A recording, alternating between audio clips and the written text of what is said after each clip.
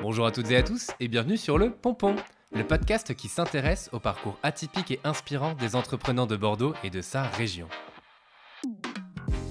Je suis Théo Robache, formateur à la prise de parole en public et entrepreneur soucieux du bonheur des autres, désireux d'aller à la rencontre de profils épatants pour vous partager leurs histoires. Chefs d'entreprise, artistes sportifs, mes invités créent, suivent leurs rêves et vivent la vie qu'ils ont choisie. Je m'intéresse à leur parcours, leurs échecs, leurs réussites, pour vous transmettre cette envie d'entreprendre et de mener une vie qui vous inspire, dans laquelle vous allez vous éclater.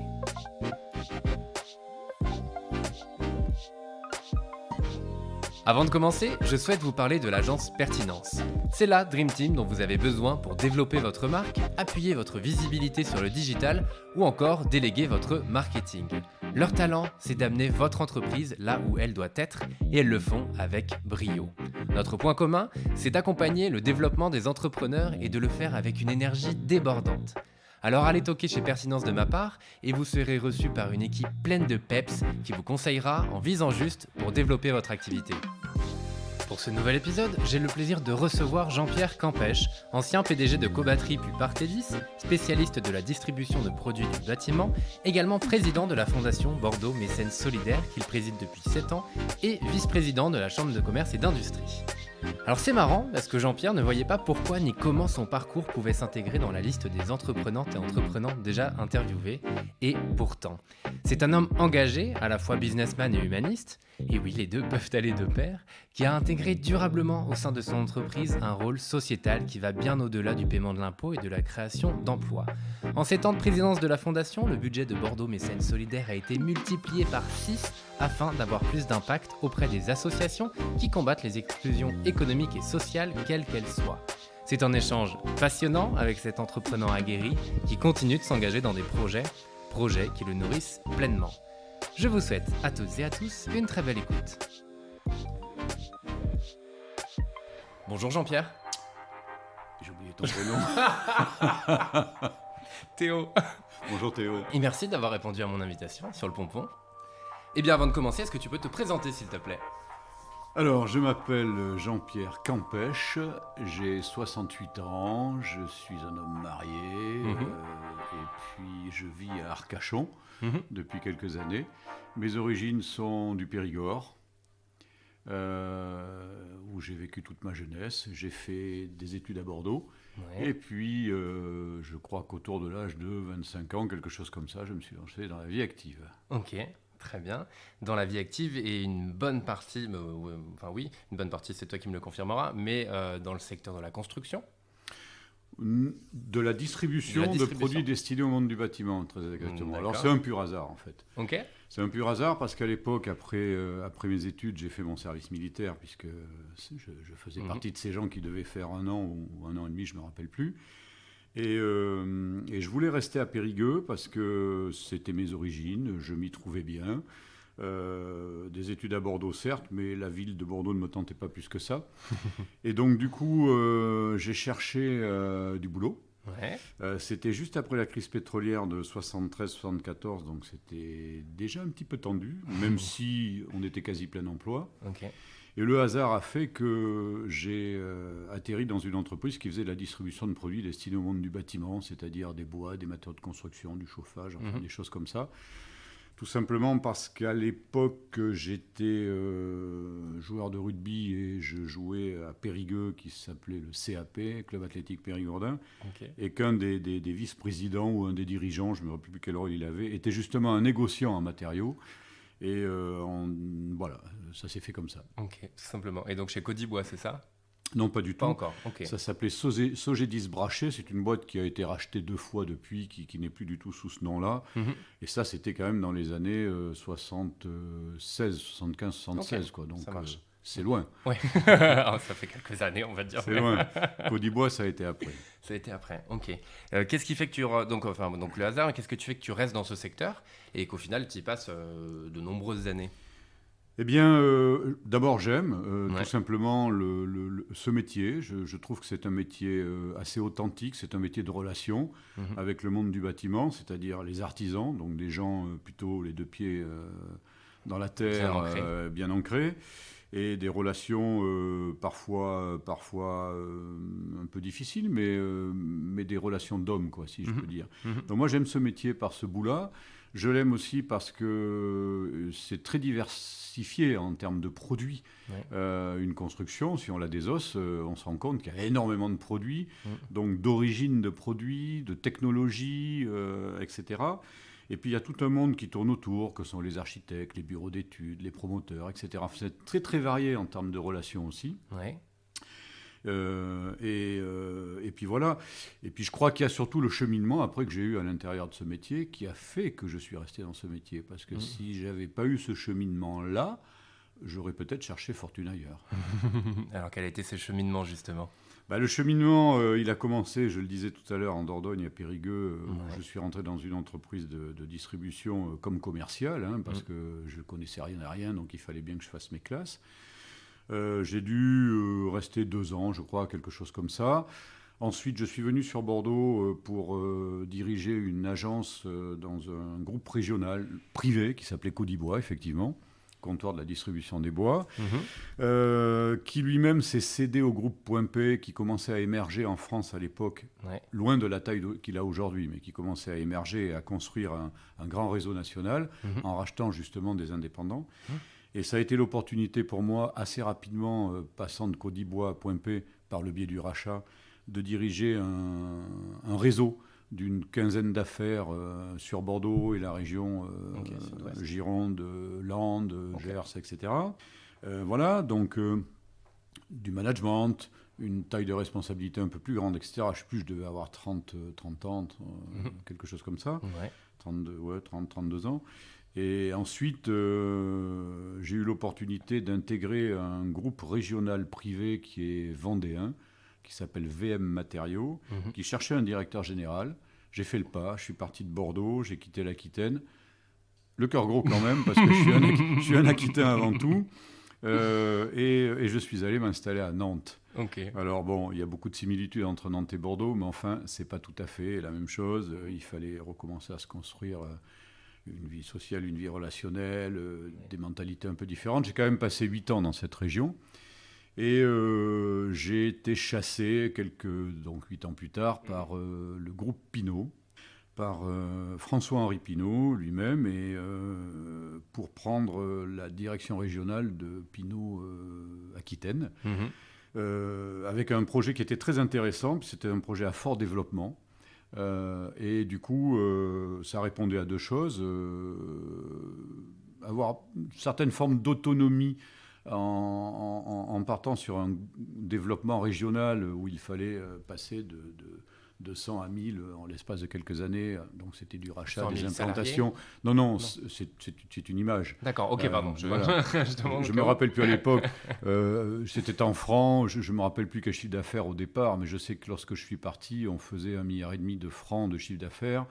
Et je devais avoir quelques centaines de personnes, je ne me rappelle plus combien, alors que ce n'était pas du tout le cas quand je suis arrivé quelques années plus tard. Et tout ça, ça s'est fait pendant 9 ans. Et puis, 40 années passées, et là, je me suis dit, j'aimerais bien naviguer que pour moi. Voilà.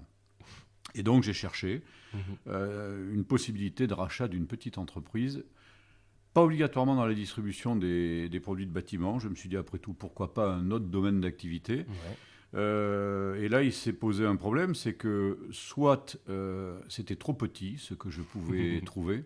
Et là, j'ai eu un peu peur de remettre le bleu de chauffe. C'est ça, parce que je manageais quand même des structures importantes depuis pas mal d'années, et je me suis rendu compte que revenir sur une petite taille et remettre les mains dans le cambouis, peut-être que j'en étais plus capable et que j'en avais plus envie. Et là, je me suis dit, attention, tu peux te planter, gaffe.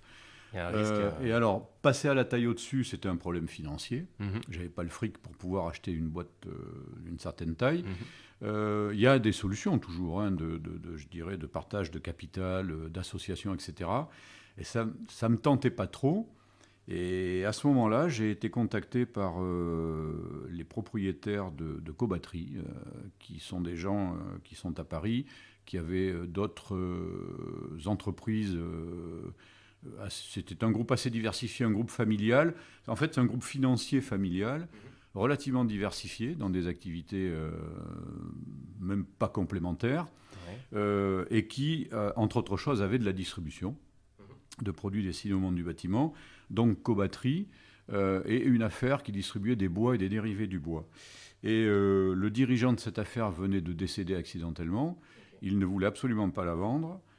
Elle était beaucoup plus petite, puisqu'à l'époque, il devait y avoir, je ne sais pas moi, 200 personnes quand on est près de 900 aujourd'hui. Ça donne juste un ordre d'idée. Ça fait à peu près 17-18 ans. Donc j'ai discuté avec eux. Ce n'est pas tout à fait ce que je voulais, parce que je voulais ma boîte. Mais ils m'ont dit, ce sera votre boîte en termes de direction. Vous en aurez la présidence, et puis nous, on ne s'investit pas dedans. On n'a personne de notre famille dans cette entreprise. Donc vous avez carte blanche. Ils ont respecté le deal.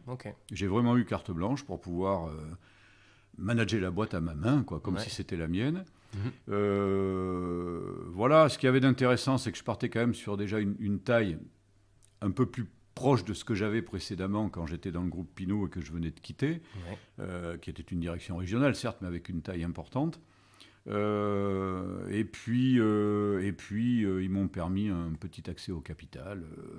Donc ça n'a pas répondu totalement à ce que je voulais, mais largement malgré tout, et je ne regrette pas du tout de l'avoir fait. Ok, super. Comment tu as fait pour... parce que passer de 200 à 900, c'est quand même qu'on a une vision de croissance, de progression. Qu'est-ce qui fait que...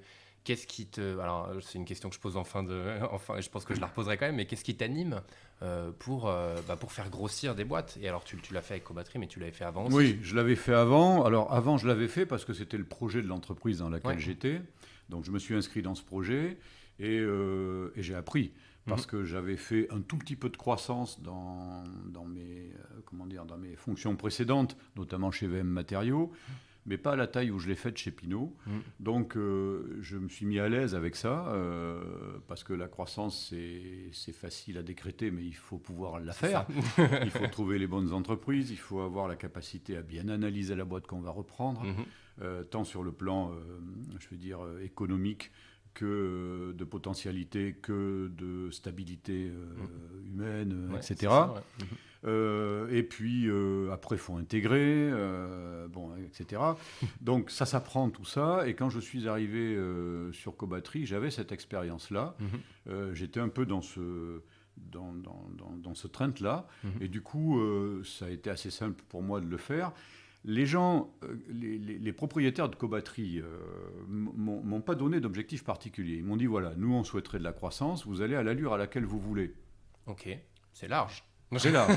C'est quand même confort. Bon. C'est très confort. Donc, je l'ai fait à ma main, mais bon, voilà, j'étais rodé. Et puis, alors, pourquoi aussi? Parce que c'est des projets, quoi. Et moi, je suis un mec de projet. Voilà, c'est tout. C'est pas autrement. J'aime les perspectives, j'aime construire, j'aime les projets. Je ne suis pas un coureur de fond, en fait, très clairement. Je suis plutôt un coureur de 100 mètres ou de 200 mètres, je ne sais pas, mais je ne suis pas un coureur de fond. D'ailleurs, quand je jouais au rugby, je jouais derrière. Voilà, c'est les accélérations, on va vite, mais on n'est pas dans le fond comme les avants. Voilà. Je crois que c'est ce côté multiplicité des projets, on va en reparler, parce que tu t'investis dans beaucoup de choses. Ouais, c'est vrai. Enfin, je crois. Oui. Non, mais c'est vrai. Dans ma vie, on va dire professionnelle, paraprofessionnelle et même privée. Parce que, alors là, je vais dire, c'est une question de tempérament, quoi. C'est tout. Il y a des gens actifs, des gens moins actifs. Il y a des gens qui vont vite, des gens qui ont besoin de plus de temps pour avancer. C'est ainsi, quoi. Bon, voilà, c'est ma nature. C'est peut-être un héritage parental en partie aussi. J'allais te demander justement, est-ce que ça vient de quelque part en particulier? Est-ce que tu as ça depuis que tu es tout petit? Ou est-ce que c'est venu à un moment? Et je crois qu'on n'a pas encore abordé, mais le côté mentor. Tu en as eu quelques-uns, on m'a dit dans l'oreillette qu'il y en avait eu quelques-uns, et que ce côté mentorship est important aussi. Donc ça, qui a pu dire quoi? Qui donc? Et quoi surtout? Ça, je dirais pas tout. Donc, non. est-ce que c'est depuis tout petit, ou est-ce que forcément ça vient un peu au fur et à mesure, mais je suis pas capable de répondre à cette question. Moi, j'ai des racines paysannes, puisque mes grands-parents étaient agriculteurs. que mon père avait pour projet initial de continuer l'exploitation. Ouais. Je suis d'ailleurs moi-même né à la ferme. Ma Ok. maman a accouché à la ferme à l'époque. Ok. Les maternités étaient plus éloignées, on n'y allait pas aussi facilement que ça. Mhm. Donc on peut dire que là, c'est vraiment de la stabilité, les pieds dans la terre. C'est pas... bon voilà, donc je suis presque à l'opposé en étant dans ces origines-là. Bon, après, mon père a quitté parce que c'était trop compliqué. De faire une vie à deux sur une même exploitation. Ma mère n'était pas non plus une fille de la campagne, donc ça a été un peu difficile. Mais il est rentré dans une vie normale, si je puis dire. Voilà, il a vendu des voitures, il a vendu des camions, il a été directeur commercial dans les dernières années de sa vie. Bon, actif, mais voilà, comme ça. Non, je crois que c'est ma nature, tout simplement. Et puis c'est... alors, est-ce que jeune, j'étais comme ça ? J'ai pas en mémoire, je me rappelle pas. Ce qui est sûr, c'est que si je prends ma vie personnelle, quand j'étais ou scolaire ou étudiant, j'adorais faire du sport, donc j'ai fait plusieurs sports en même temps. J'adorais lire, je lisais plusieurs trucs en même temps. J'aimais bouger, quoi. J'avais déjà ça en moi. Bon. Ouais. Et après, dans la vie active, quand je suis devenu adulte, vie professionnelle, ma vie d'homme, quoi, si je puis dire, peut-être que ça s'est vraiment révélé. Ok, ça marche, très bien. Sur l'entreprise aussi, et j'avais entendu, enfin j'avais vu une vidéo de toi l'année dernière, je ne sais plus pour quel événement c'était, où tu disais qu'une entreprise a vraiment, au-delà de faire du chiffre d'affaires, au-delà, elle crée et elle doit s'investir dans la société. Alors elle le fait en payant des impôts, c'est une forme d'investissement dans la société, c'est dans les deux sens du terme, mais il y a aussi ce côté sens, et que toi tu as voulu donner, et en soutenant les associations, et on va tranquillement aller sur Bordeaux-Mécène. Pourquoi faire ça en fait ? Parce que toutes les entreprises ne le font pas. Alors là, je peux te dire qu'il y a une part d'héritage quand même. Parce que mes parents ont toujours été assez engagés vers les autres. Ouais. Bon, issus d'un milieu à connotation chrétienne, catholique, voilà. Donc relativement engagés dans ce domaine-là. Ce qui est pas mon cas. Hein. Moi, je me suis vraiment éloigné de la religion et des religions. Je dirais même que pire que ça, je ne connais pas. On est deux. Elles me font peur. Mais bon, ils m'ont donné l'exemple de gens qui se sont engagés et qui se sont occupés des autres. Okay. À travers tout un tas d'institutions comme le Secours catholique à l'époque ou d'autres choses comme ça, ou les Restos du Cœur, où mes parents ont été très, très, très engagés en Dordogne dans les Restos du Cœur. Donc déjà, valeur d'exemple. Bon. Après, il y a une forme de sensibilité personnelle, du coup. Voilà, il y a ça. Alors après, pourquoi on vit dans une société très stratifiée, quoi. Les gens qui ont la chance d'être par héritage, parce qu'ils sortent de milieux aisés, parce qu'ils ont eu un peu de chance, parce qu'ils se sont aussi battus, enfin, etc., mais ils ont pu arriver à se hisser dans les strates du haut, sont des gens qui n'ont pas de soucis pour vivre, en tout cas d'un point de vue économique. Ceux qui n'ont pas eu cette chance-là, qui sont issus de milieux défavorisés, qui ont eu des pépins de vie, enfin des choses comme ça, ceux-là peuvent vivre mal, voire très mal. Alors on est dans une société qui partage quand même à la base. Hein. La société française, on n'est pas les seuls dans le monde, en Europe en particulier, mais enfin la France est un exemple d'une société qui partage. Elle prend beaucoup, elle redistribue beaucoup. D'accord ? Bon, alors elle prend beaucoup, certes. On peut toujours s'en plaindre en disant ça fait chier, les impôts, machin, truc, je bosse, mais on m'en prend trop. Bon, globalement, on vit tous très bien, ceux qui payent des impôts, globalement. Ceux qui en payent beaucoup, en général, c'est qu'ils gagnent beaucoup aussi. Donc, voilà, tout est relatif. Ouais. Bon, mais on se rend compte que malgré tout, c'est pas suffisant. Alors, on pourrait analyser ça, du gâchis, une mauvaise répartition de l'argent qui est redonné, de la corruption probablement un petit peu au passage, etc. Bon, on n'est pas dans un monde idyllique. On peut essayer de corriger tout ça, il faut le corriger au maximum, mais penser qu'on va le régler complètement, c'est pas possible. Donc, du coup, quand on a dit tout ça, il reste toujours sur le bord du chemin des tas de gens qui sont dans la merde. Voilà. Bon, comment une société peut-elle vivre avec ça ? C'est pas possible. De mon point de vue, c'est pas possible. Parce que ça crée des tensions, ça crée de la colère, ça crée de l'insécurité. ça amène des gens à dériver, à faire tout et n'importe quoi. Et là, on vit dans une société qui n'est pas bien, quoi. Et quand on vit dans une société qui n'est pas bien, on n'est tous pas bien. Alors, c'est vrai que ceux qui ont du pognon peuvent toujours se protéger en allant dans des endroits idylliques pour pouvoir y vivre en étant tranquille. Voilà. Mais c'est pas ça, la vie. Et puis d'abord, ça dure pas. Et puis ce n'est qu'une minorité. Et la vie, c'est pas ça. La vie, c'est de vivre ensemble. C'est de vivre au milieu de tout, de profiter de tout. Mais c'est là qu'on est un homme, qu'on vit, qu'on jouit, quoi, si je puis dire. Tu vois ce que je veux dire? Ouais, totalement. Bon, et donc là, il faut le faire dans une société apaisée. Si on essaie de vivre de cette manière dans une société agressive, où on n'est pas bien, d'abord on prend des risques, et ensuite de ça, on ressent pas bien les choses, on n'est pas détendu, quoi, on n'est pas zen, quoi. Voilà. Bon, donc il faut contribuer à apaiser cette société, tout simplement. Alors, ce peut pas être que l'État qui prend des impôts et qui redistribue. On voit que c'est insuffisant. C'est aussi les gens qui, à un moment donné, au-delà des impôts qu'ils paient, ont relativement, enfin des revenus relativement suffisants pour bien vivre, que soit issus de leurs propres revenus, de leur propre rente et du rapport de leur rente, soit issus de l'entreprise et du résultat de l'entreprise. Et je crois que oui, il faut contribuer, et financièrement, et dans l'action. Ok. Et qu'est-ce que tu as mis en place alors au sein de l'entreprise pour s'investir Alors, ma première expérience avec donc cette entreprise, ça a été de faire partie d'un club d'entreprise, mais issu de mon métier. D'accord ? Et dans ce club d'entreprise, on s'est organisé des petits voyages dits d'études. Bon, tu parles, c'était des voyages sympas, de confort, etc. Voilà, ça fait partie de la règle du jeu aussi, c'est comme ça.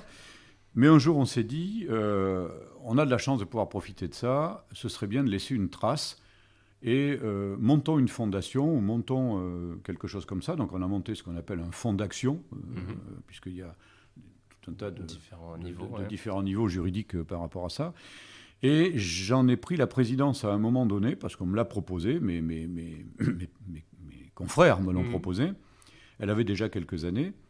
Et là, j'ai commencé à goûter, à m'occuper des autres. Je l'avais dans ma tête, je l'avais hérité de mes parents. Je l'avais vraiment jamais fait. Attentif, oui. Donateur, oui, mais pas acteur. Et il y a longtemps, je me disais, un jour, il faudra que tu passes le Rubicon et que tu deviennes acteur. Sinon, dire que c'est bien, mais c'est faire qui est important. Et là, j'ai eu l'occasion de rentrer dedans et de faire. Je l'ai fait pendant quelques années. À partir de quand ? Je ne me rappelle plus. C'était il y a peut-être dans les années 2005-6 pendant 7-8 ans, quelque chose comme ça. Quoi. Et le fait d'être acteur, ça a commencé à peu près il y a 15 ans, quoi. Ouais, peut-être un tout peu plus, mais à peine plus.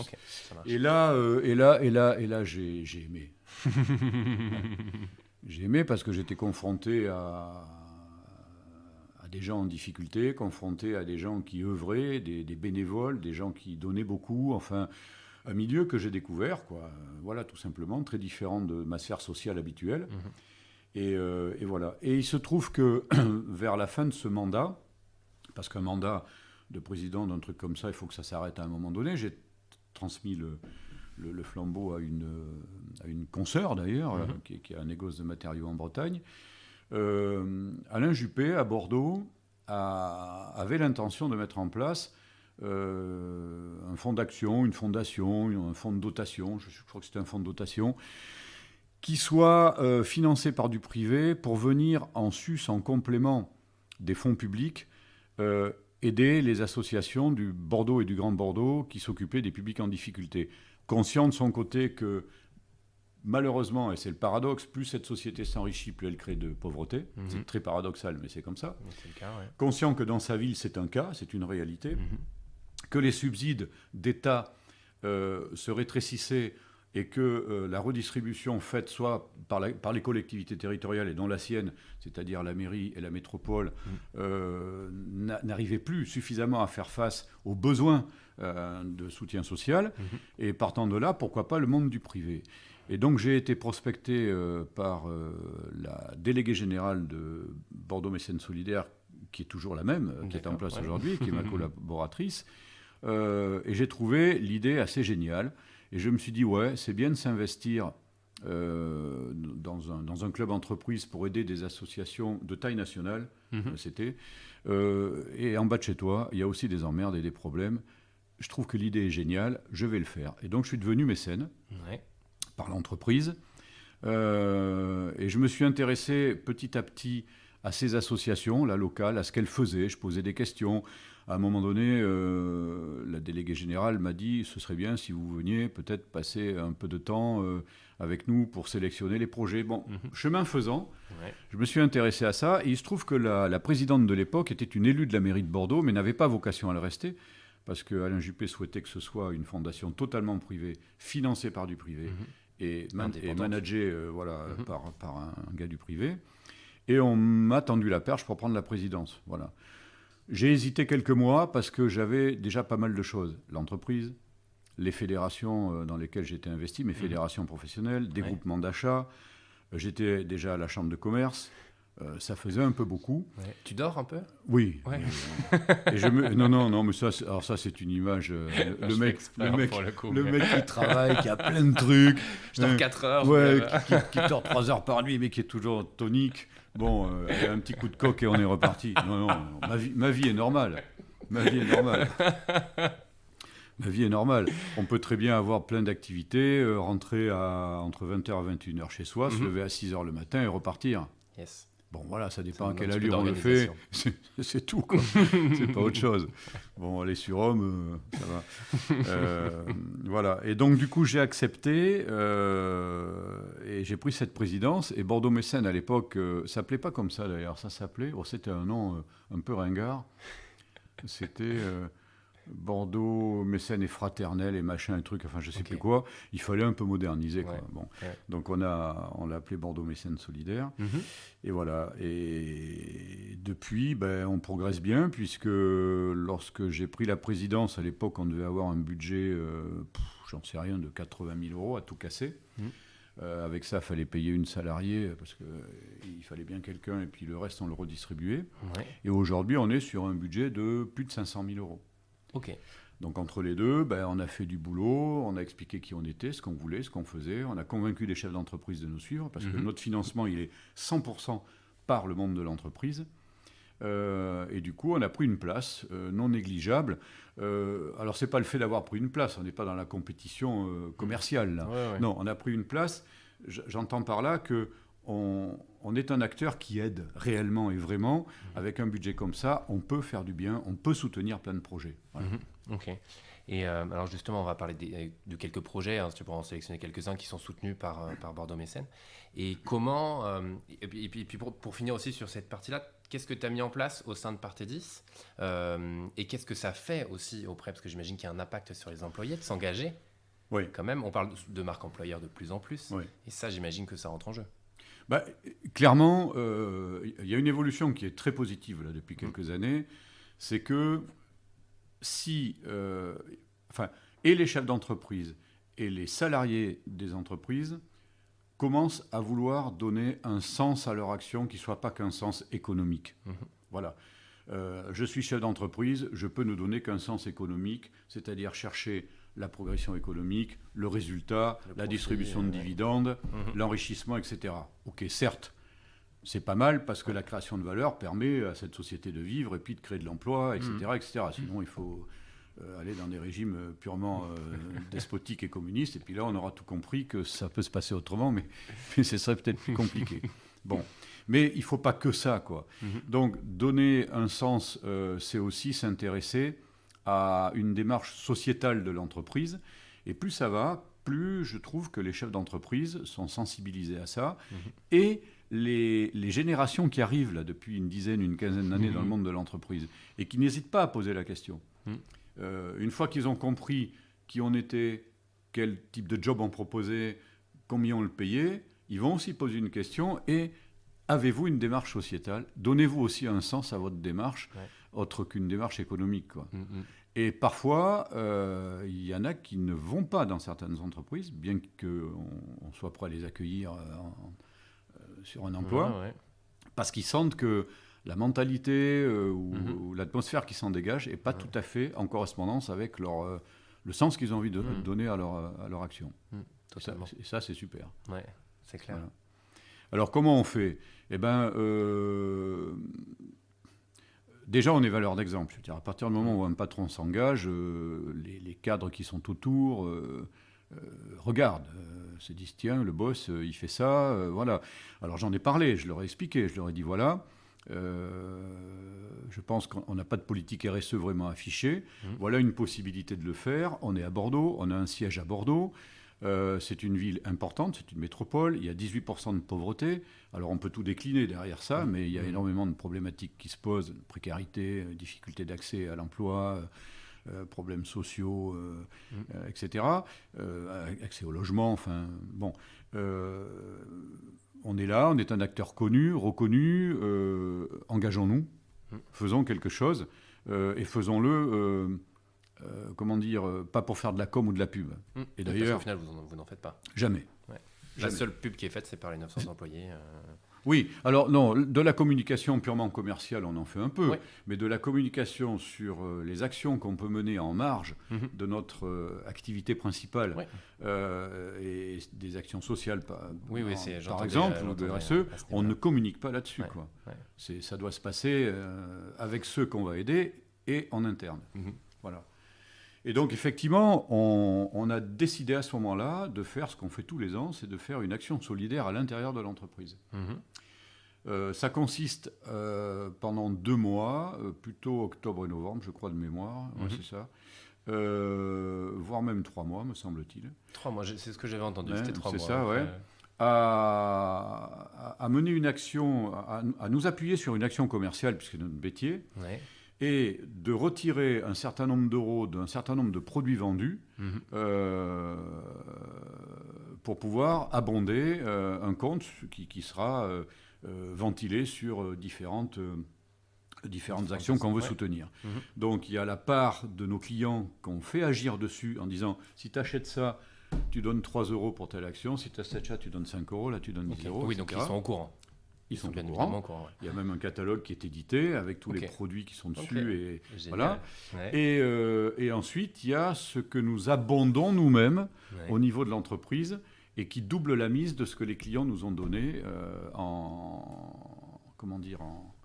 participant par le biais d'une action commerciale. Plus parfois des gens de notre personnel qui disent moi j'aimerais faire un petit chèque. Alors, sur leur chèque de 50 balles, 100 balles, peu importe. Le geste est là. Voilà, c'est un investissement supplémentaire. Voilà. Et cet argent-là, on le redistribue. Alors, Bordeaux Mécène, à la part belle, parce que, voilà, on va dire collusion, machin, etc. Oula, tout de suite. Oui, bien sûr. Mais il n'y a pas que. Il y a le fonds d'action dont je m'occupais précédemment dans la profession, qu'on alimente régulièrement. Et puis, il y a aussi une petite association qu'on aime bien, auprès de laquelle on souscrit un peu d'argent, on donne un peu d'argent tous les ans, qui est une association qui s'appelle Afoulki, qui se trouve à Blaye, puisque le président de cet asso vit là-bas, et qui en fait aide au Maroc les enfants à poursuivre leurs études, parce que dans ces pays-là, notamment les jeunes filles, dès l'âge de 12 ou 13 ans, elles sont bonnes à porter le bois et à aller faire des gosses. Donc pour faire évoluer ces sociétés, il faut faire évoluer les femmes dans la société. Et donc là, c'est dans les écoles rurales du Maroc, pour le coup, c'est ça. Oui, c'est une belle démarche qu'il a là. Voilà.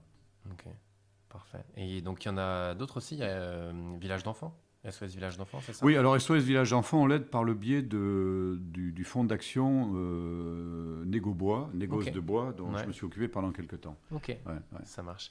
Et sur les autres associations sur Bordeaux, alors est-ce que tu peux nous en parler de quelques-unes ? Pour ceux, le but c'est ça. Oui, je vais attraper un dossier. Ok. Parce que j'imagine qu'il y en a quand même quelques-unes. On parlera aussi de l'association de Pascal Olmeta, qui organise, si je ne m'abuse, le match des légendes. Tu sais tout. Je me renseigne un petit peu quand même. Alors en fait, comment procède-t-on chez Bordeaux Mécène pour aider ? On ne fait pas ça comme ça au doigt mouillé. On on a ce qu'on appelle un comité projet et on fait des appels à projets. Okay. Voilà, tout simplement. Donc il y en a entre 3 et 4 par an. Au fil du temps, on les a, comment dire, spécifiés. C'est-à-dire qu'on ne part pas à l'aventure parce qu'il y a plein d'associations qui agissent, mais dans des domaines un peu différents. Donc il y a tout ce qui est insertion sociale, ça fait partie d'un appel à projet. Il y a tout ce qui est précarité numérique. Ok. C'est un problème. Donc, manque d'accès à Internet. Qu'on traite à part. Il y a le logement et l'habitat, difficulté d'accès au logement, difficulté à vivre ensemble. Voilà. Et puis, d'une manière plus générale, insertion professionnelle, lutte contre les précarités. Voilà. Et donc, ce sont des appels à projets auxquels répondent les associations qui sont plutôt dans ces démarches-là, de l'une ou de l'autre des démarches que je viens de citer. Elles nous font passer un dossier. On a une première présélection, si je puis dire, en petit comité de 3-4 personnes.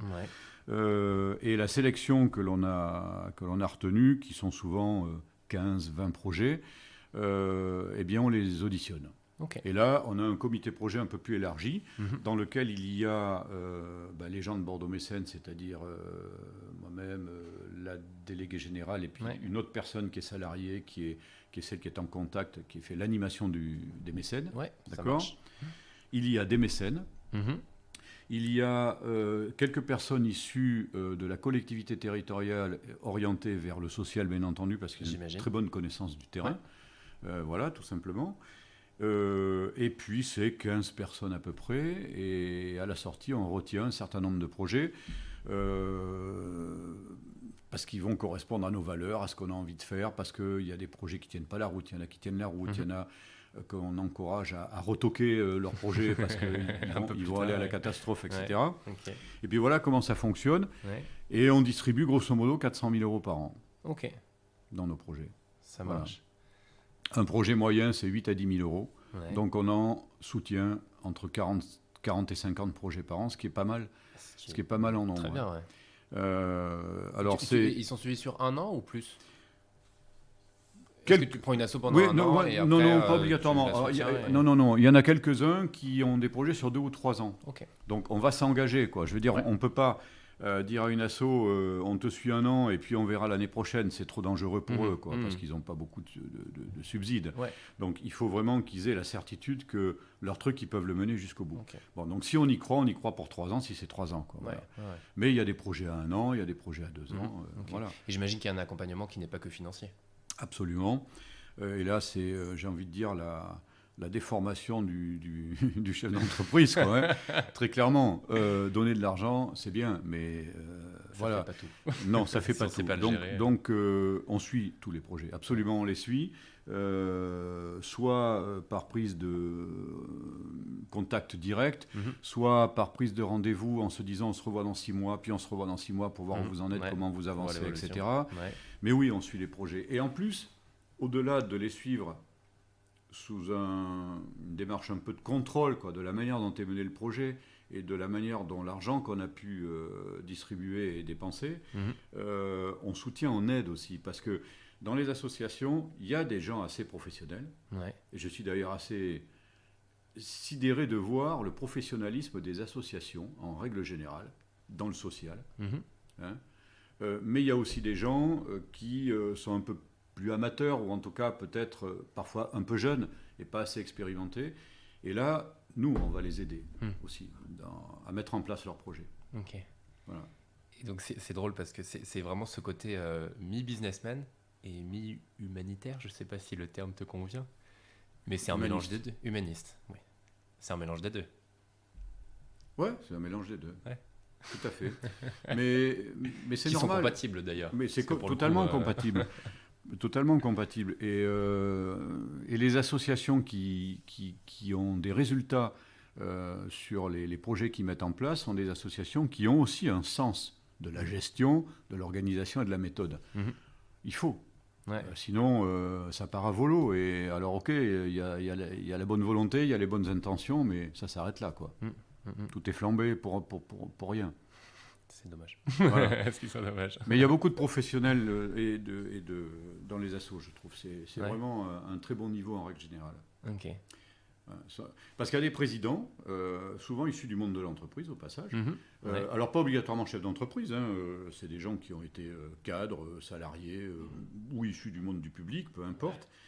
Mais les gens qui travaillent dans les associations où il y a très souvent 1, 2, 3 salariés, alors je ne parle pas des grosses assos, mais des assos petites moyennes, c'est ça, sont des gens qui se sont formés au métier du social. Hein, d'accord, il y a des formations, et qui ont pris cette voie-là, et qui arrivent là avec déjà une tête bien faite par rapport à ça. Donc c'est pas vraiment si amateurisme que ça. Ouais. Parce qu'asso, souvent, c'est bénévole, c'est à la petite semaine, on y met de la bonne volonté, on fait ce qu'on peut. Ouais, non, c'est autre chose que ça. C'est vraiment une bonne organisation, bien structurée. Ouais. Ok. Comment tu vas chercher de nouveaux mécènes et quels sont les... En fait, si une entreprise écoute, là, si on a un PDG qui nous écoute, pourquoi y venir, pourquoi y aller c'est ce que je disais pour Partélis tout à l'heure. A-t-il ou pas envie de donner un sens à son action de chef d'entreprise autre que sortir des résultats et distribuer des dividendes. Alors il peut dire oui, je paye des impôts, j'ai des salariés, donc je contribue, etc. Bien sûr. D'accord, mais enfin, c'est établi ça, je veux dire, ça fait partie, tout le monde en tire quelque chose. C'est le package de départ. Non, c'est ajouter une couche, quoi. C'est faire autre chose, c'est avoir un rôle sociétal au titre de son entreprise, au titre de sa personne, au titre des employés de son entreprise. Voilà, donc s'il n'a pas envie de ça, il ne fera pas. Voilà, alors comment je fais ? D'abord, j'ai mes réseaux. Parce que dans mon monde, je connais du monde. Il y a aussi la chambre de commerce, on en parlera, etc., des clubs entreprises. Enfin bon, j'ai mes réseaux, quoi. Voilà, comme on a tous nos réseaux. J'ai commencé par là, en expliquant ce que je voulais faire et en essayant de convaincre certains d'entre eux. Il y a ceux qui m'ont suivi tout de suite, qui m'ont dit « Ouais, c'est super, c'est bien, on va t'aider ». Il y a ceux qui m'ont suivi un peu après, qui avaient besoin peut-être de voir, voilà. Et puis il y a ceux qui n'ont pas suivi et qui suivront jamais, et puis voilà, parce que ça ne les intéresse pas. Ils n'ont pas cette sensibilité-là. Bon, c'est tout. Il y a combien de mécènes aujourd'hui dans le... Alors des mécènes réguliers, on en a une trentaine. C'est pas si mal que ça. Avec des mécènes d'un certain niveau, des mécènes un peu moins importants en termes de soutien financier, mais peu importe.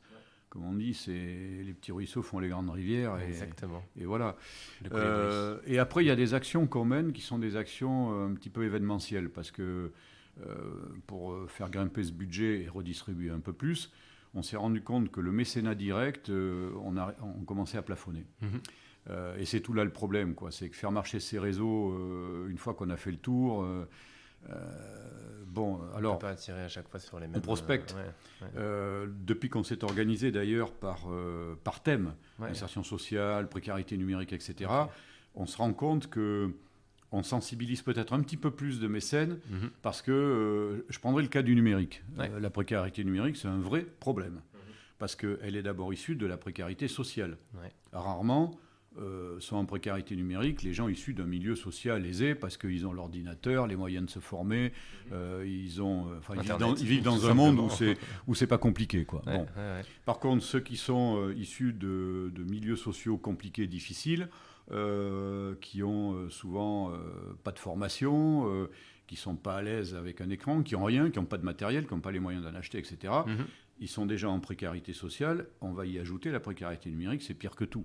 Parce que le numérique aujourd'hui, c'est indispensable, quoi. Je veux dire, pour accéder à vos droits, par exemple, quels qu'ils soient, si vous ne passez pas par le numérique, vous accédez à que dalle. C'est clair. Bon, voilà. Donc la précarité numérique, c'est vraiment un sacré big problème. Donc qu'est-ce qu'on a fait ? On s'est adressé à toutes les start-up de la place de Bordeaux, et Bordeaux est quand même relativement dense dans ce domaine-là, voilà, en leur disant, voilà ce que l'on fait. Et on a eu des adhésions petit à petit, et on a aujourd'hui un certain nombre de mécènes qui sont des start-up, alors non plus en devenir, parfois on appelle ça toujours des start-up, ils ont parfois 8 ans, 5 ans, 10 ans, ils ont déjà un niveau de chiffre d'affaires important, etc.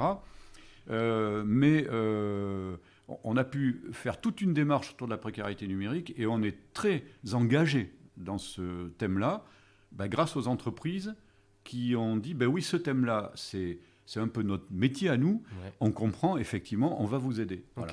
D'ailleurs, à midi, tout à l'heure, j'ai un rendez-vous avec le président de French Tech, ici, régional de la métropole, Cyril Texier, parce que je veux essayer de le convaincre de nous aider.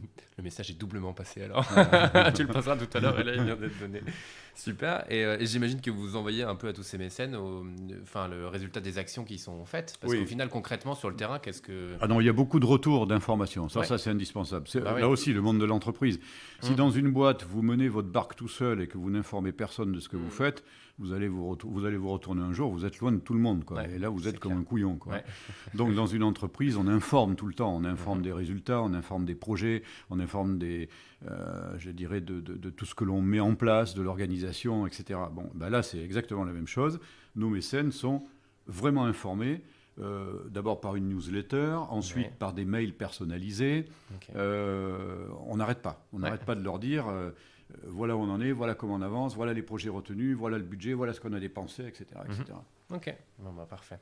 On n'a pas parlé de sport encore. Ouais. Et je crois que c'est aussi une grande partie de ta vie. Alors, si on a parlé de sport, excuse-moi, pardon, on a parlé du rugby au départ, du club de... Est-ce que tu peux nous en parler? Parce qu'au final, au-delà d'un point de vue personnel où tu as pu en faire, l'entreprise a soutenu les associations. Le match des légendes, si je ne m'abuse, on voit partie 10 sur le maillot. J'ai vu des photos tout à l'heure à l'accueil. Qu'est-ce qui t'intéresse dans ce lien entre entreprise et sport? Bon, au départ, il y a d'abord sport et moi-même. J'ai eu la chance de pouvoir faire du sport en étant gamin, du judo, du rugby, puis tous les sports de balle qu'on fait quand on est au lycée, etc. Et j'aime l'activité physique, quoi. Tout simplement. Et je continue d'ailleurs à 68 ans à faire du sport. Je fais du golf, je fais modestement un petit peu, je commence à m'y mettre d'équitation. Je cours, je fais un peu de foot, je fais du footing assez régulièrement, un petit coup de tennis de temps en temps avec les copains, je fais de la gym. Ça fait partie de ma nature. Alors du coup, quand on est comme ça, on est peut-être plus sensible à aider, à soutenir là aussi des associations sportives. Et en même temps, là, je dois dire que ça a quand même une connotation d'image aussi pour l'entreprise. Autant sur la partie sociale, non, je ne veux pas qu'on utilise ça pour l'image de l'entreprise. Autant sur la partie sport, oui, parce que on soutient localement un club sportif, on a aussi une entreprise sur place. Très souvent d'ailleurs, on va remarquer que les gens du bâtiment sont fréquemment investis dans le club de foot ou le club de rugby du coin, soit comme président, soit comme entraîneur, soit comme bénévole, etc. Donc voilà, il y a un lien, on va dire, soutien et business qui est là, il ne faut pas se le cacher. Et c'est typiquement le cas de l'UBB. Alors pourquoi l'UBB? Évidemment, j'ai joué au rugby, donc sensibilité rugby. Si j'avais joué au foot, peut-être qu'on serait plus Girondin, au Girondin. Non, on s'en fout, on soutient un club. Donc on soutient l'UBB, comme on a soutenu le CABBG avant. Étant ancien joueur de rugby, je fais partie d'une association d'anciens joueurs de rugby qui s'appelle les Archibald. Donc du coup... je pratiquais jusqu'il y a encore 2-3 ans. Là. Maintenant, j'y vais pour manger. C'est tout. Mon âge, c'est fini. Que pour la troisième mi-temps. Et donc, Bègle, voilà. Donc, je suis rentré au conseil d'administration du CABBG à l'époque. Je suis au conseil d'administration de l'UBB. On s'y fait... c'est un milieu que je connais bien. On s'y fait des amis. Et puis voilà. Et du coup, on invite des clients aussi à chaque match. Et puis, on fait du relationnel. Donc, voilà pourquoi le sport... Ce que j'aime bien aussi, surtout dans le rugby, c'est les valeurs qu'on retrouve dans les valeurs de l'équipe, du dépassement. Alors franchement, je crois qu'il y a des valeurs dans tous les sports. Le rugby, ok, on dit les valeurs parce que le rugby, ça prône un truc un peu particulier. Peut-être déjà parce que c'est un jeu un peu plus physique, un peu plus de contact, on en chie un peu plus sur le terrain. Et puis parce que ça a été un sport très amateur longtemps, etc. Mais je crois que tous les sports ont des valeurs, tous. Y compris le foot, et je ne suis pas très d'accord quand j'entends dire « ouais, le foot, machin », non. Mais non, bien sûr que dans le foot, il y a des valeurs. Alors, si on regarde le foot professionnel, peut-être que les valeurs qu'il y a là ne sont pas celles qu'on attend, parce qu'elles sont financières. Mais c'est presque un peu ça dans le rugby professionnel aujourd'hui. Mais avant d'être foot professionnel, il y a foot amateur, et il y a toutes les les strates à monter, voilà, dans les petits clubs, les clubs moyens, etc., etc. Et là, les valeurs, elles y sont. Ouais. C'est des valeurs de partage, c'est des valeurs d'effort, c'est des valeurs de bénévolat, etc. Donc des valeurs, il y en a dans tous les sports. On est d'accord. Qu'est-ce que tu aurais comme conseil à donner à quelqu'un qui a envie d'entreprendre, qui a envie de, voilà, entreprendre, et je le dis parce que j'emploie le terme entreprenant, donc j'allais dire Oui. pour des entrepreneurs aussi, bien sûr, dans le milieu de l'entreprise, mais entreprendre de manière générale. J'ai envie de dire ne pas hésiter. Parce que souvent, souvent, des idées d'entreprendre, beaucoup en ont, mais beaucoup ne vont pas au bout parce qu'ils hésitent, parce qu'ils ont la trouille. Parce qu'entreprendre, ça veut dire prendre des risques, c'est s'engager. Lorsqu'on est salarié, on est protégé par un cadre que l'on connaît, quoi. On a un salaire, on a la sécurité sociale, on a la mutuelle. Enfin, voilà, on ne risque pas grand-chose. Ouais. C'est vrai que lorsqu'on est entrepreneur, on se jette à l'eau et il faut se démerder tout seul. Bon, donc il y a un vrai risque, c'est de se planter et puis de se retrouver à la rue. Ce risque-là, il faut l'oublier. Faut l'oublier. Alors par contre, il ne faut pas partir... sans bouée de sauvetage, pour rester sur le coup. C'est pas tellement de bouée de sauvetage, il ne faut pas partir comme sans ça. Sans savoir nager. Voilà, en se disant, allez, j'y vais, on verra bien. Non, je crois qu'il faut réfléchir quand même avant. Je veux aller vers quoi ? C'est quoi mes sensibilités sont où ? Que j'aille pas faire n'importe quoi. Choisir une activité alors qu'on a des sensibilités faites pour d'autres activités, c'est peut-être aller se planter. Donc c'est se poser la bonne question. C'est quoi mes sensibilités ? Qu'est-ce que j'aime ? Et je réussirai mieux dans ce que j'aime que dans quelque chose que je vais peut-être pas, pour lequel j'aurai une certaine aversion. Donc la réussite, elle n'est pas qu'économique. Elle part de soi. Voilà, je crois que la réussite, elle part de soi. Okay. Je suis qui ? C'est quoi mes sensibilités ? Dans quoi je serai à l'aise ? Dans quel environnement, dans quelle atmosphère je serai à l'aise ? D'abord se poser ces questions-là. Et à partir de là, on peut commencer à chercher, à s'orienter, soit en rachetant une petite boîte, soit en créant sa boîte, etc. quoi. Mais quelque part, j'ai envie de dire quand même, ne pas hésiter. Ok, ça marche. T'as hésité par moment ? Alors, non, oui. La preuve en est, c'est que c'est pas ma boîte. Ouais. Et si je le dis, c'est que j'ai un peu ce regret. Je rappelle tout à l'heure, je disais que vers l'âge de 45 ans, quand j'ai quitté le groupe Pinault, j'avais un super poste, j'étais directeur régional, je gagnais très bien ma vie, j'avais une grosse région, j'aurais pu me dire roule. Je l'ai quitté pour une aventure personnelle. Et en fait, j'ai fait une demi-aventure personnelle. À la fois, certes, j'ai dirigé cette boîte seul, mais enfin, elle n'était pas à moi. Certes, j'ai un petit bout de capital dedans, mais je n'ai pas la propriété de l'entreprise. Donc, je ne suis pas allé au bout. Alors, on pourrait se dire, celui-là, il est en train d'expliquer des trucs, dire comment il faut faire alors qu'il n'a pas fait lui-même. Alors, c'est peut-être parce que je ne l'ai pas fait moi-même que je peux peut-être en parler aujourd'hui. Encore plus voilà. à le faire. Génial. Tu as eu des échecs dans ta vie ? Professionnel, non. Okay. C'est de la chance, mais je suis toujours parti, ou j'ai toujours quitté un emploi pour aller faire autre chose, au mieux, au pic de ce qui marchait bien pour moi. Au bon moment, ouais. Voilà, alors, je sais pas, c'est comme ça. Non, j'en ai pas eu. Après, à titre personnel, bien sûr que j'en ai eu. Alors, c'est des échecs affectifs, des échecs d'éducation, des échecs comme on a tous quand on est parent ou qu'on rentre dans une vie maritale, etc. Bien sûr qu'il y en a. Mais là, on apprend de ces échecs aussi. Hein. Dans ma vie professionnelle, j'ai eu cette chance-là, non. J'ai eu des moments difficiles, hein, ça n'a pas toujours été fastoche, mais des échecs au sens où on l'entend, j'ai eu cette chance. Okay. Et les moments difficiles, comment tu les as gérés pour le coup ? Alors j'ai le bol de ne pas être un mec stressé. Oh la chance. Non, c'est vrai. Et on m'a souvent dit, t'es stressé. Non, je suis un impatient. D'accord. C'est pas la même chose. Et je répondais toujours ça. Je suis un impatient, je suis pas stressé. Alors le fait d'être impatient peut montrer... peut être traduit comme stress parce qu'on monte de l'impatience, etc. Voilà, c'est pas du stress. J'ai ce bol-là et face aux difficultés, je me suis rarement déstructuré, quoi. J'ai rarement passé des mauvaises nuits à gamberger toute la nuit, etc. Non, je sais pas, j'ai cette chance, une forme de solidité paysanne en fait, peut-être héritée de... voilà, tout simplement. Par contre, je lâche pas le morceau, quoi. Je suis un gros bosseur, j'ai été un gros bosseur, je lâche pas le morceau. Ouais. Voilà. Et les difficultés, je les ai surmontées comme ça. Ok, très bien. De quoi est-ce que tu es le plus fier ? Oh, fier, j'aime pas ce terme. Alors, c'est vraiment un terme qui... Alors, qu'est-ce que... Bon, alors, on va changer et on va partir sur ton plus gros succès. En tout cas, la chose professionnelle, encore une fois. Enfin, sauf si tu as sur la partie perso, mais c'est pas le but de ce podcast.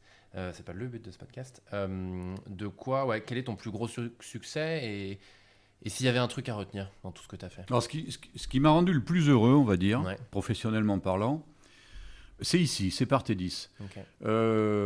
À la fois parce que j'ai eu la chance d'avoir des actionnaires majoritaires qui m'ont foutu la paix et qui m'ont laissé travailler comme je voulais. À la fois parce que j'ai eu la chance de constituer une équipe qui est là depuis très longtemps, notamment une équipe de direction et qui est une équipe vraiment sympa, engagée. À la fois parce que dans mon mode de management, j'ai toujours été très très près des gens, très près du terrain, et que j'y ai trouvé, mais alors énormément de plaisir. Mais vraiment, énormément de plaisir. Ouais, c'est ça la clé pour toi ? Alors c'est compliqué parce que je suis en train de demander si toi la clé c'est toi, mais...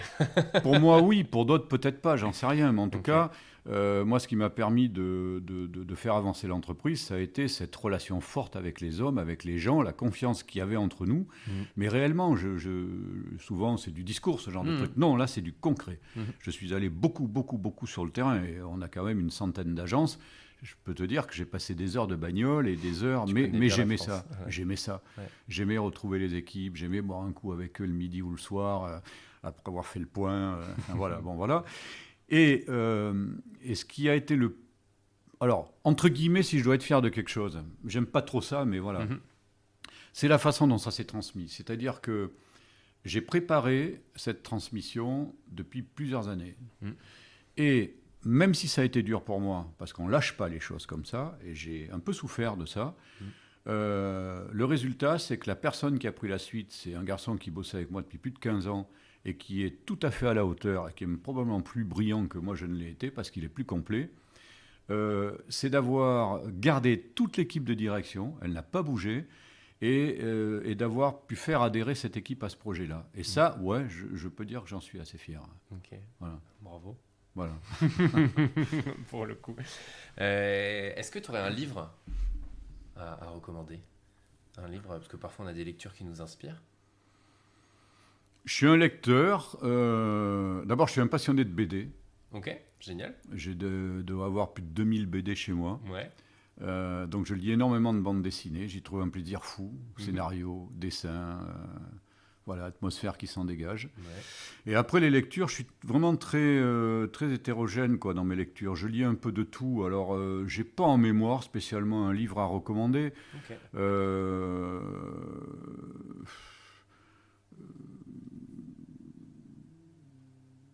Non. Franchement, pas particulièrement. Ouais. Et pourtant, je lis. Tant mieux, le message, c'est qu'il faut lire plein de choses différentes. D'ailleurs, je suis en train d'en lire en ce moment, que m'a passé ma fille, Clémence. Qu'on salue, parce qu'on n'a pas encore salué quand même. et qui s'appelle Plus de peur que de mal. D'accord. Ok. Et c'est vrai qu'on a trop souvent peur d'avoir mal. Ouais. Et si on passe nos peurs et qu'on agit, on se rend compte que finalement, ça fait pas si mal que ça. Voire même, ça fait du bien. On est d'accord. On pourrait finir là-dessus, mais j'ai oublié de parler de voyage. Parce que je crois que tu voyages énormément. Ouais. Et notamment, si je ne m'abuse, tu aimes bien marcher dans le désert. Ouais, je vois que tu sais beaucoup de choses. Non, j'ai eu la chance de voyager beaucoup. Ouais. À la fois sur le plan professionnel et sur le plan personnel. J'ai dû voyager dans, je ne sais pas, 60 pays, quelque chose comme ça. Donc tous les continents. Plutôt des voyages, on va dire un peu route, un peu en dehors des sentiers battus. Et c'est vrai que pendant une dizaine d'années, je suis parti faire des randos dans le Sahara et j'ai fait à peu près tous les pays du Sahara. Alors quand je dis rando, c'est rando à pied, c'est bivouac, c'est coucher à la belle étoile, c'est le dromadaire qui suit avec... voilà. Et du coup, actuellement, là, comme j'ai du temps, puisque, bon, on va dire que l'entreprise Bordeaux Mécène et la chambre, c'est un tiers-temps et le reste, c'est 2 tiers-temps pour moi, je me suis remis à faire de la rando. Ok. Et je suis parti sur les chemins de Saint-Jacques pendant une semaine avec 2 copains au mois de juin. Et là, je vais partir faire... pendant quelques jours une rando en Bretagne sur les sentiers des douaniers. Génial, Ouais. sympa, très La sympa. rando, c'est formidable parce qu'on est dans la nature, on est seul avec soi-même, on est bien, on est paisible, on est apaisé, on peut penser. Ça a un côté géographique, esthétique, parce qu'en général, on est dans des régions où c'est beau à regarder. Ça a un côté un peu physique, un peu sportif, et ça fait du bien. Et puis ça a un côté spirituel, mais pas au sens mystique, au sens de la réflexion. Ouais, se retrouver avec soi-même Voilà. dans des moments de silence. Marcher, c'est formidable. Ouais, d'accord. Et puis je suis en train de me rendre compte qu'on n'a absolument pas parlé de la CCI. Je me dis merde, à chaque fois, les gens vont se dire, bon, ils ont l'habitude, mais j'étais sur les questions de fin. Et puis, Alors la CCI, en fait, je me suis beaucoup investi dans mes fédérations professionnelles pendant des années. Et puis à un moment donné, je me suis un peu lassé de ça parce que... Et puis plus je passais la main à la personne qui m'a remplacé, parce que ça s'est fait par étapes, plus je lui donnais des délégations, et c'était bien à un moment donné que lui-même s'investisse dans les fédérations pour se faire ses réseaux dans la profession, etc. Et du coup, un jour, en parlant avec Pascal Faugère, qui est actuellement le directeur général de la CCI, mais qui à l'époque était le numéro 2 ou 3 de la CCI, et il avait un gros service en responsabilité, me dit, mais je le connaissais parce qu'il avait joué au rugby, aux archibals aussi, etc. Il me dit un soir, mais je comprends pas, tu es à la tête d'une boîte à Bordeaux, machin, tout ça, etc. On te voit pas, t'existes pas, tu devrais peut-être t'intéresser un peu à autre chose. Et ça a fait-il dans ma tête, et je me suis dit oui, c'est vrai que sors un peu de ton métier et va voir un peu ailleurs. Donc du coup, j'ai adhéré à la CPME. J'avais le choix MEDEF CPME, mais je dirais par sensibilité, même si la boîte était plus faite pour aller au MEDEF, j'ai préféré aller à la CPME parce que par sensibilité, j'aimais mieux ce côté de, cet état d'esprit d'entreprise. Et par ce biais-là, j'ai été élu à la CCI. Mon premier mandat de 5 ans, j'étais vice-président de la commission des finances. Voilà. Et le deuxième mandat, on m'a proposé de rentrer au bureau, d'être un des vice-présidents de la Chambre, puisque tous les membres du bureau ont une vice-présidence, et puis d'agir, comme je le fais, sur des dossiers qui contribuent au développement économique de la Gironde, de la métropole, et puis au soutien d'entreprises qui veulent se développer, qui veulent se créer, qui veulent se céder. Voilà. Génial. Et c'est très intéressant. Ouais. T'apprends. D'ailleurs, j'ai cette question aussi. Comment tu t'enrichis comment ? De manière, encore une fois, spirituelle, entre guillemets. Oui, parce que là, c'est bénévole. Non, on est d'accord. C'est pour ça que je précise, tu t'enrichis non pas de manière financière. Bordeaux Mécène et la Chambre de commerce. Non, on est d'accord, mais de manière générale, c'est on a parlé un petit peu de mentor aussi, parce que ça, c'est important d'en avoir. Comment tu t'enrichis personnellement Quand on est sur des projets, on s'enrichit toujours, parce que un projet, c'est toujours quelque chose de nouveau. Donc on apprend tout le temps, au contact des autres, aux expériences des autres, et puis au projet lui-même, à bâtir, à construire, à mener. L'enrichissement, il est là. C'est quand on est acteur de quelque chose qu'on s'enrichit. C'est pas en regardant. Ok. On va bien retenir le terme acteur. Oui. Est-ce qu'il y a quelque chose sur lequel tu voudrais qu'on revienne, ou quelque chose qu'on n'a pas abordé et non. Tu te dis, ce serait comme ça, pas d'en parler. Non, je crois qu'on a fait le tour de beaucoup de choses. Très bien. Merci beaucoup, Jean-Pierre. Je t'en prie. À très bientôt. Merci à tous pour votre écoute. Jean-Pierre est un personnage atypique de par son parcours et ses engagements multiples. Il est acteur de sa vie et non spectateur, et il la vit à fond. Je vous invite à regarder de plus près ce que fait Bordeaux Mécène Solidaire, car qui sait, peut-être que demain, vous aussi, vous serez mécène. Je vous invite également à partager cet épisode autour de vous, à vous abonner depuis la plateforme d'écoute sur laquelle vous êtes ou sur les différents réseaux sociaux. On se retrouve la semaine prochaine pour un nouvel épisode du Pompon, et surtout, d'ici là, soyez curieux, échangez avec un maximum de monde et prenez du plaisir dans ce que vous faites.